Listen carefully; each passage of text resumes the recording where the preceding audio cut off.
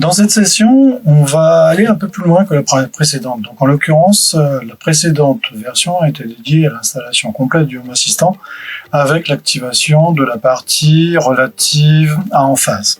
Cette fois, on va aller dans une autre petite partie de configuration qui peut être intéressante pour ceux qui ont des moniteurs de consommation tels que EcoJoco, puisqu'en l'occurrence, c'est sur celui-là que je vais activer, c'est cette solution que je vais activer dans le module.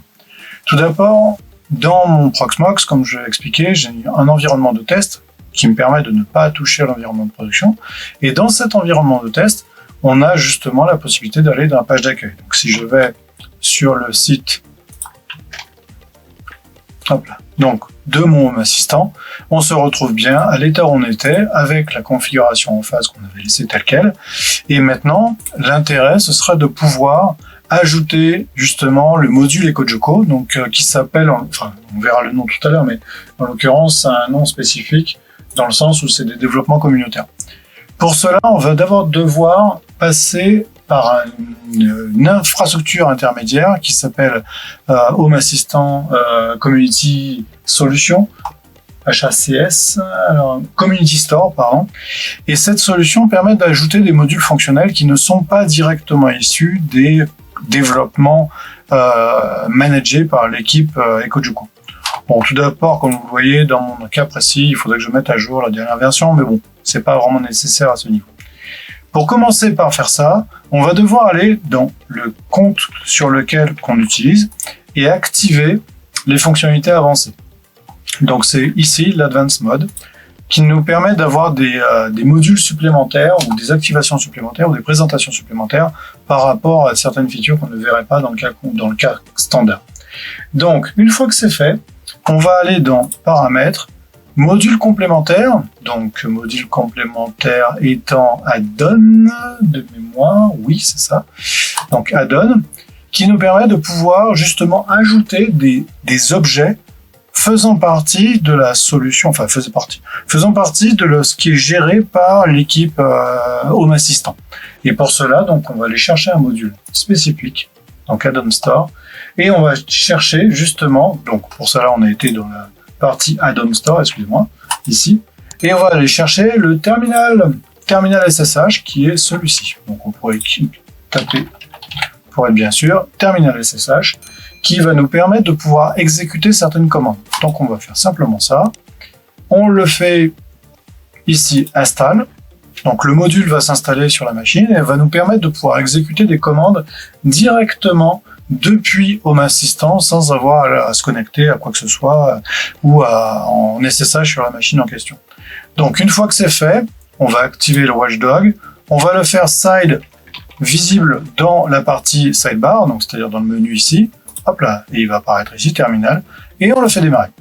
Et une fois qu'il va être démarré, on va devoir aller chercher une commande qui va nous permettre d'aller chercher, enfin télécharger ou installer, activer un module supplémentaire, donc le module en question qui est le module HACS. Pour cela, donc on va ouvrir le terminal, hop, et donc là on va avoir un bash. Si je fais un ls, on a bien la liste. Si je fais un cd root ls, je suis bien dans la machine Linux qui est derrière justement le Home Assistant. Et donc du coup on va exécuter la commande qui permet de pouvoir récupérer le fichier et de l'installer automatiquement. Donc pour le récupérer c'est wget depuis le site web, donc avec l'adresse en question qui va bien, et puis le bash qui permet d'exécuter directement le fichier qu'on obtient sur la machine. Donc là il le télécharge, on voit que ça se connecte sur un GitHub justement, et donc on a justement l'installation qui se fait mais extrêmement rapidement de manière à avoir le module qui va être installé. Le système nous demande de redémarrer donc Home Assistant. Pour cela, on va faire Settings, on va faire Système, on va faire ici, on a le bouton qui est sur le côté, tout en haut, fait ça, Advanced, and Restart, Reboot System. Ok? Donc ça va tout relancer. Moi, je préfère faire ça. Il y en a qui font des restarts uniquement de Home Assistant. Pour ma part, je préfère rebooter complètement. Donc ça va directement aller discuter avec justement la partie Proxmox et demander à toute la machine de se redémarrer. Donc on va attendre quelques instants. On va voir les services tomber et le système se relancer complètement. Voilà, donc là, il est en train de tomber Home Assistant. Et puis après, tous les services vont s'arrêter pour redémarrer complètement la machine Linux qui est derrière. Voilà, donc les services sont en train de s'éteindre. On a le système qui va maintenant redémarrer automatiquement. Donc là, il recharge complètement la machine. Donc le Linux qui est en sous-jacent est en train de se relancer. Voilà, une fois que c'est fait, la couche donc Home Assistant va se relancer aussi. Voilà, l'hyperviseur va démarrer, donc la partie Home Assistant, enfin l'hyperviseur, le superviseur Home Assistant va démarrer. Puis on aura le fameux message avec les deux adresses permettant de pouvoir accéder dans la gestion ou dans la supervision et de valider l'état en fait de la machine. Voilà, donc on a les fameuses deux URL qui sont prêtes. Donc la machine est redémarrée. Par contre, on est bien d'accord, ce n'est que la partie qui est relative avec l'installation qu'on a fait. Il n'y a pas eu de mise à jour automatique qui a été implémentée. Si on va maintenant dans Home Assistant et qu'on fait F5, voilà, donc là il est en train de se recharger. On revient justement sur la machine, on a toujours l'alerte pour nous dire qu'il faut installer le truc, mais c'est pas grave. Là où on est maintenant, c'est qu'on veut désormais installer le module, donc le module HACS. Pour faire ça, on va aller donc dans la partie appareil et services. Donc appareil et services qui correspond à device et services. On va chercher l'intégration qui nous intéresse. Donc en bas à droite. Et on retrouve donc HACS, on retrouve notre module qu'on vient d'ajouter, c'est-à-dire le module HACS. On va pouvoir le faire. Donc on sait que ça va utiliser les logs, on sait que ça va être des add-ons qui vont être dedans. Ok, on coche tout et on fait submit. Il nous demande de valider en fait sur GitHub cette installation. Donc on va devoir simplement cliquer sur le lien qui est fourni, ajouter notre nom si on n'en a pas déjà un sur GitHub, donc se connecter sur GitHub avec notre login. Ok, continue. Ok, donc là on retrouve bien notre code à rentrer. On fait simplement paste, continue. Et donc il nous retrouve et on utilise, on active justement HACS, donc en faisant authorization axe, etc. Donc on va faire ça. Congratulations, donc bien sûr c'est installé. On revient dans HACS et là il nous demande justement quelle zone se fait. Donc là où si vous avez des zones ou des pièces etc. qui sont faites, tant mieux. Moi je vais mettre ça sur salon. C'est pas vraiment d'une grande utilité parce qu'en l'occurrence c'est la partie communautaire. Et donc notre installation est faite. Comment est-ce qu'on le voit? Sur la gauche, on a un menu qui apparaît qui s'appelle HACS. À cet instant, on va se retrouver avec la liste de toutes les librairies qui ont été publiées dans HACS, et Dieu sait qu'il en a beaucoup, mais nous, une seule nous intéresse vraiment. Donc, pour cela, on va taper simplement EcoJoko. Alors, EcoJoko, c'est parce qu'il détecte le nom, sinon ce serait Little Monkey, parce que c'est le symbole, enfin c'est juste voilà, Little Monkey, ça revient à la même chose. C'est simplement le logo qui correspond à le logo EcoJoko, le petit singe. Donc, EcoJoko. On va donc cliquer sur celui-là. Il nous explique un peu tout ce qu'il est capable de faire, donc récupérer toutes les informations, etc. Et puis, donc, on a tout un détail de présentation. On va faire download. Donc, on n'a pas besoin de versions différentes de la dernière, donc on va simplement faire download. Donc, une fois qu'on a fait le téléchargement du module, donc on l'a maintenant sur notre système, donc on va pouvoir l'activer. Pour cela, on va dans système, donc settings, paramètres. On va à ce moment-là dans intégration, device settings, services. Et dans intégration, on va ajouter une intégration en tapant simplement, donc cette fois son nom, Little Monkey, et on va donc trouver notre objet qu'on doit mettre. On va lui mettre le nom et c'est là qu'on doit se paramétrer. Donc EcoJoko. Et là on va mettre le compte qui correspond au compte qui existe chez EcoJoko. Donc pour cela, on va simplement rajouter notre identifiant EcoJoko et on va demander quels objets on veut récupérer. Bon, on va tous les prendre. Et on peut choisir justement le pool, c'est-à-dire combien de temps entre chaque appel, tous les intervalles en fait, entre chaque appel au web service. Parce que tout ça, en fait, ça veut dire que ça va se connecter au web service d'EcoJoko. On fait submit, On va lui dire dans quelle pièce ça se trouve. Donc là, en l'occurrence, on peut mettre salon, etc. Et là, maintenant, on va avoir apparaître dans notre vision un device, donc le Little Monkey, avec un device qui est derrière, et qui est donc un EcoJoko. Et ça, correspondant justement à la version qui est en train de tourner. Une fois que c'est fait, on a maintenant la notion de device, EcoJoko, et cet EcoJoko va permettre d'avoir des entities. Donc, EcoJoko. Et ces entités, ou du moins ces informations qui sont récupérées depuis la plateforme, sont les entités qui nous permettent de pouvoir récupérer directement tout ce qui nous intéresse depuis la plateforme EcoJoko. Donc on a les températures, on a les consommations d'énergie, on a les humidités extérieures, etc., intérieures, extérieures, ce qui nous permet ensuite de voir ça au niveau de la visualisation. Donc là, tout ce qui EcoJoko tirait quelque chose correspond donc aux informations qui ont été faites et qui ont été obtenues à partir de la plateforme. Donc ça, c'est très intéressant parce qu'on va pouvoir se créer justement une visualisation avec les humidités intérieures, extérieures ou les températures intérieures, extérieures. Pour par exemple, donc si on va Settings, Dashboard, hop, on va créer une page. Ok, un News from Scratch. Temp, humidité. OK, pour admin non du nom, créer visible dans la dashboard. Donc on va faire temp hum.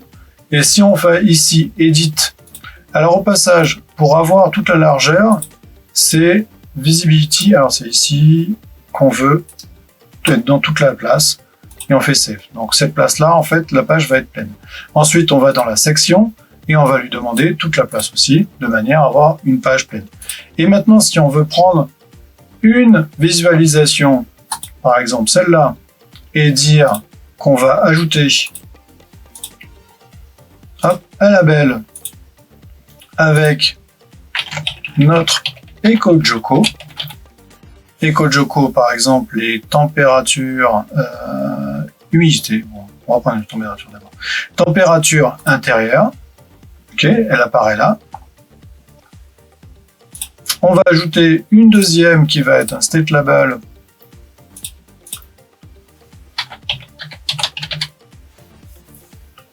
Température intérieure, qui va être maintenant, cette fois, on va la mettre à top, alors on va la mettre à top 50, left, on va la laisser comme ça, on va revenir sur celle d'avant, là c'est la température intérieure, bah, en fait, on va peut-être prendre la température extérieure en fait, ok, extérieure, et la température extérieure, on va la mettre à 80, avec un left à 80, 90 ici, pour simplement faire l'intérieur visible là et l'extérieur visible ici. Alors, je vous laisserai faire l'humidité, hein. Donc si on remonte un petit peu top, on le met à 40, hop, on a bien l'intérieur de la maison, l'extérieur de la maison, et on peut faire un préfixe, ça fait 2 points, et 2 points, qui nous permet d'avoir température, etc. Donc on pourrait faire un dernier, histoire de vous montrer un peu le concept. Ici, on ferait EcoJoko. Là, on a fait la température, donc on va faire l'humidité intérieure cette fois, et on va faire un top. On avait 40, donc on va faire 45, 42. Voilà, 42, même 45. Hop, et cette fois, on va faire un préfixe H. Hop. Donc on a fait la température et humidité intérieure, et on peut faire maintenant l'humidité extérieure. Donc c'est EcoJoko, on reprend l'humidité extérieure, et cette fois on va la faire comme tout à l'heure, c'est-à-dire top, on est à 85, 94, ok, et left, on va faire un 70 ou 80. Hop, comme ça, histoire de l'avoir l'un au-dessus de l'autre. Et on fait un préfixe H, 2 points. Comme ça, on se retrouve avec la visualisation de la température intérieure et extérieure. On va faire cette section, le layout ici. On peut simplement demander à ce que ça soit une full card, c'est-à-dire qu'il prenne toute la place en fait. Et on fait save, done. Et là, on se retrouve bien avec une visualisation. Alors, on pourrait faire un peu plus ajusté, hein, je vous laisserai jouer un peu avec les layouts. Mais en gros, l'intérêt de ça, c'est de pouvoir avoir une visualisation de température intérieure et extérieure. Je vous montrerai un peu le design que j'ai fait de mon côté. Deuxième chose, donc là, on a fait la partie intérieure-extérieure. Maintenant, si on revient ici, on a bien sûr les consommations d'énergie qui sont effectuées et les surplus de production. Donc ça, c'est intéressant parce que ça nous permet de pouvoir voir justement la partie énergie. Donc si on va ici, grid consumption, donc là, on a de base dans le module énergie, dans Home Assistant, on a une gestion énergétique qui peut se faire. Donc pour pouvoir se faire, on va ajouter Add Consumption. On est grid consumption, donc on va prendre EcoJoco. D'ailleurs, il nous propose directement parce que c'est le format en fait qui est des kilowattheures. Et on va prendre consommation réseau. Et pas les HC, parce que ça c'est les heures creuses ou heures pleines, mais consommation réseau tout court. Ok. On ne veut pas traquer les coûts, parce que sinon il faudrait mettre des calculs, etc. Je vous laisserai jouer là-dessus si vous voulez. Mais en tout cas, rien que ça. Save. On va ajouter tout ce qui est renvoi vers le réseau, donc le return to grid, c'est tout ce qui est export en fait. L'avantage, c'est qu'EcoJoco traque ce genre d'informations. Donc là, on a justement surplus de production qui est fait ici. Save.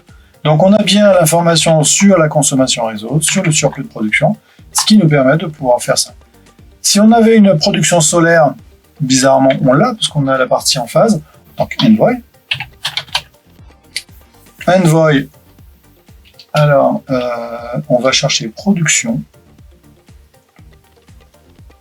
Production d'énergie du jour, donc c'est celle-là, qui nous permet de pouvoir visualisation, et on ne fait pas de forecast, hein, donc on va pas s'amuser à ça. On va simplement avoir la partie production énergie du jour, et on fait Next. Est-ce qu'on a un système de batterie? Dans notre cas, non, parce qu'il faudrait avoir un système cumulatif de l'énergie. Or, les informations qu'on a depuis l'Envoy, qui existent aussi, c'est ABC quelque chose ou ACV quelque chose, nous permettent simplement d'avoir une information dynamique. Donc, il faudrait modifier le code pour pouvoir faire ça. C'est quelque chose qu'on fera une prochaine fois. Next. On n'a pas de consommation de gaz, en tout cas pas dans notre cas. On n'a pas de consommation d'eau. Et voilà ce qu'on a. Donc, l'intérêt de ça, c'est qu'on peut avoir directement cette information, donc la production solaire, là, ce qui est consommé par la maison, et puis, dans le cas après, il faudra laisser tourner pendant plusieurs jours pour avoir l'information sur l'import et l'export au niveau du réseau. Et ça vous permettrait de pouvoir monitorer ça. Donc, si on regarde maintenant dans une situation après plusieurs jours, donc justement, j'ai mis en place cette solution depuis quelques temps, on voit exactement ce genre de design. Donc, il nous permet de pouvoir faire la consommation, la production de solaire. D'ailleurs, on voit que c'est la même information qu'on a de l'autre côté. Mais par contre, vu que moi, j'ai un tracking qui est fait depuis plusieurs jours sur EcoJoco, donc j'ai la consommation qui est bien visible ici, j'ai l'export qui est bien visible ici, et toute la consommation réseau qui est bien visible ici. Donc ça, c'est vraiment quelque chose d'intéressant parce qu'en quelques minutes, vous avez la possibilité d'avoir un monitoring complet en utilisant la plateforme de base de la solution Home Assistant. Donc voilà cette petite vidéo que je voulais faire pour vous montrer comment faire pour avoir ça sur une machine, enfin sur une installation fraîche. Et on peut aller bien plus loin que ça, parce que typiquement, si moi je regarde l'histoire de l'unité, voilà ce genre de visualisation que moi j'ai mis en place avec différents spots. Donc ça correspond au poulailler, ça correspond à une serre, ça correspond et on voit qu'on a des informations qui sont parfois étranges, ça correspondant à l'extérieur mais en bord de fenêtre, ça correspondant à un abri jardin dans lequel j'ai un capteur, ça correspondant à l'information justement d'EcoJoco. Avec une visualisation, donc on voit que j'ai reparamétré l'ensemble tout à l'heure, mais on a une évolution qui se fait et qui permet de suivre la partie humidité, la partie justement température extérieure. Et si maintenant on va sur la partie production solaire, chose qu'on avait déjà vue au préalable, hein, donc on a ça. Moi j'ai été un peu plus loin en allant justement cette présentation, donc la visualisation de la production, etc. Et puis on pourrait avoir l'histoire des batteries, donc moi j'ai revu avec la notion, avec le suivi ACB qui permet d'avoir le flux en positif et en négatif. Donc c'est ce que j'ai maintenant depuis ça. On verra un peu plus tard pour la gestion de la batterie, comme je vous l'ai dit, c'est en dynamique cette information, donc il faudra faire un cas vraiment un peu plus spécifique pour pouvoir avoir un cumul sur une journée de ce qui a été produit et pouvoir l'intégrer dans cette visualisation, parce qu'aujourd'hui la batterie n'est pas gérée depuis la plateforme. On a la partie consommation, on a la partie production solaire, et on a ici la partie qui est export justement vers l'extérieur, donc le surplus, avec bien sûr qui repart. Donc il manquerait que la batterie pour avoir l'intégralité des informations qu'on a justement sur la plateforme Envoy.